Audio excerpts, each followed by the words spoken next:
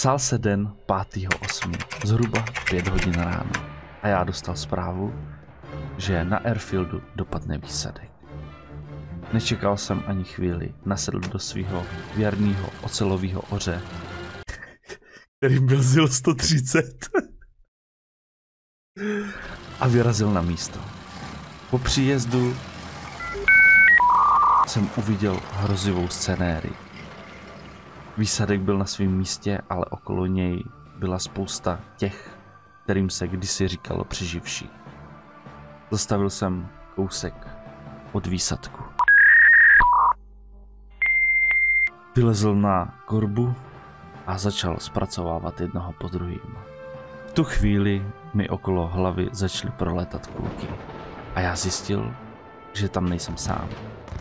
Nenapočítal jsem jednoho, ani dva, ale další 3 přeživší, tentokrát přeživší, kteří výsadek chtěli pro sebe.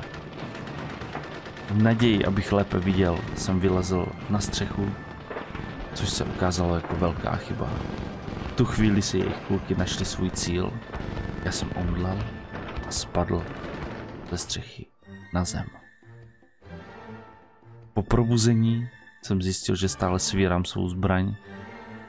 V panice jsem se snažil otevřít dveře.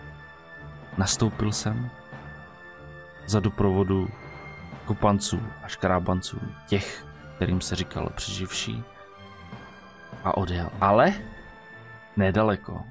Odjel jsem pár stovek metrů, které by se daly počítat na prstech jedné ruky. Člověka, co celý život pracuje na pile, jo. Vystoupil jsem. S 2% vůle k životu jsem si zafašoval 3 průstřely. Závorka poznámka autora, v té hře se to bere jako katy, jo. Konec závorky. A doplnil si krev. Závorka poznámka medika, kterou samozřejmě vozím celou dobu v ledničce. Jo. Konec závorky. Napichl si adrenalin.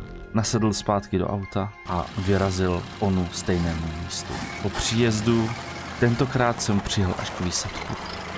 Vystoupil, pozbíral vše, co se v něm nacházelo. Závorka, vzal jsem jenom náboje, zbytek bordelu jsem rozházel po zemi.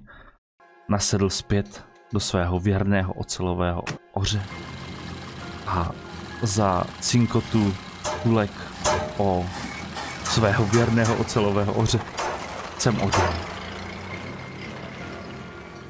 To je píči. Absolutely synem.